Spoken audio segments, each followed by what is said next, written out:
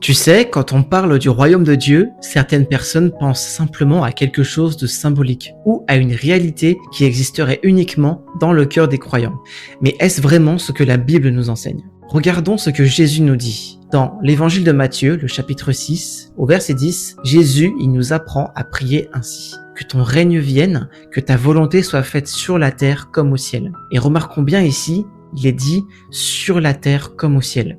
Jésus nous enseigne donc à attendre la venue réelle du règne de Dieu sur la terre. Et ce royaume n'est pas une invention humaine. Dans Daniel, le chapitre 2, le verset 44, il est dit « Dans le temps de ces rois, le Dieu des cieux suscitera un royaume qui ne sera jamais détruit ».